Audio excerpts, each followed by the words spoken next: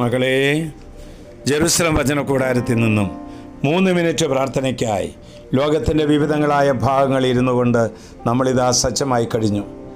പ്രേക്ഷിതരും ശുശ്രൂഷകരും അന്തേവാസികളും അപ്പസ്തോലന്മാരും എല്ലാവരും ഈ ശുശ്രൂഷയിൽ പങ്കെടുത്തുകൊണ്ടിരിക്കുകയാണ്. ഇന്നിതാ വിശുദ്ധയായിരിക്കുന്ന ആഗ്നസ് നിൻ്റെ വീട്ടിലേക്ക് കടന്നു വരികയാണ്. വിശുദ്ധർ എന്ത് വില കൊടുത്തും ഈശോയെ അനുകരിച്ചു, എന്ത് വില കൊടുത്തും ഈശോയിൽ ആശ്രയിച്ചു. വിശുദ്ധർക്ക് ഈശോ ഒരു വ്യക്തി മാത്രമായിരുന്നില്ല, ഒരു അനുഭവമായിരുന്നു. വ്യക്തിയും അനുഭവവും അനുഭവിച്ചുകൊണ്ട് യേശുവിന് വേണ്ടി ജീവത്യാഗം ചെയ്യാൻ വരെ ഓരോ വിശുദ്ധാത്മാക്കളും മനസ്സ് കാണിക്കുകയാണ്. ഇന്നിതാ വചനം തരികയാണ്. യോഹന്നാൻ്റെ സുവിശേഷം 13-ാം അധ്യായം 1-ാം വാക്യം. ലോകത്തിൽ തനിക്ക് സ്വന്തമായുള്ളവരെ അവൻ സ്നേഹിച്ചു, അവസാനം വരെ സ്നേഹിച്ചു. പ്രിയപ്പെട്ടവരെ, വിശുദ്ധർക്ക് ജീവനും മരണവും ഒരുപോലെയായിരുന്നു.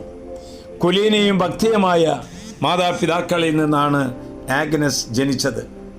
ബാല്യത്തിൽ തന്നെ അവൾ തൻ്റെ ജീവിതം കർത്താവിന് പൂർണ്ണമായി സമർപ്പിച്ചിരുന്നു.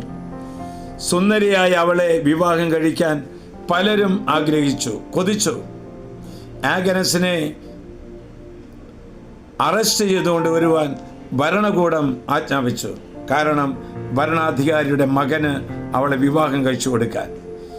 ജീവനും മരണവും അവൾക്ക് മുമ്പിൽ വെച്ച് പേശി വിശ്വാസത്തിൽ അചഞ്ചലയായി അവൾ നിന്നു. ആഭാസകന്മാരുടെ മുമ്പിലേക്ക് അവരെ വലിച്ചിഴച്ചു. കാമവെറിപ്പുണ്ട് അവർ അടുത്തു വന്നു. എന്നാൽ ഒരു അദൃശ്യമായ ശക്തി അവളെ അതിൽ നിന്നെല്ലാം രക്ഷ പ്രാപിച്ചു. ആഗ്നസിനെ കീഴ്പ്പെടുത്തുവാൻ ഒരു ശക്തിയും സാധ്യമല്ല എന്ന് വന്നപ്പോൾ അവളെ അഗ്നികുണ്ഡത്തിലേക്ക് വലിച്ചെറിയാൻ തീരുമാനിച്ചു. എന്നാൽ അഗ്നികുണ്ഡത്തിലേക്ക് വലിച്ചെറിഞ്ഞപ്പോൾ തീജ്വാലകൾ അവളെ സ്പർശിച്ചില്ല. തലവെട്ടി കൊല്ലാനായി അവൾ തീരുമാനിച്ചു. യാതൊരു ഭയം കൂടാതെ മരണത്തെ അവൾ സ്നേഹപൂർവ്വം സ്വീകരിച്ചു. മകളെ, വിശുദ്ധർ അറിയപ്പെടാനല്ല, മുറിയപ്പെടാനാണ് അവർ ആഗ്രഹിച്ചത്. ബഹുമാനിക്കപ്പെടുവാനല്ല, ആദരിക്കപ്പെടുവാനുമല്ല, മറിച്ച് ഈശോയെ പ്രതി മരണം കൈവരിക്കാനാണ് ആഗ്രഹിച്ചത്. ഇതുപോലെയുള്ള ധീരമായ രക്തസാക്ഷിത്വം വരിക്കുന്ന യുവതി യുവാക്കന്മാർ ഈ കാലഘട്ടത്തിൽ ഉദയം ചെയ്യട്ടെ എന്ന് ഞാൻ പ്രാർത്ഥിക്കുകയാണ്.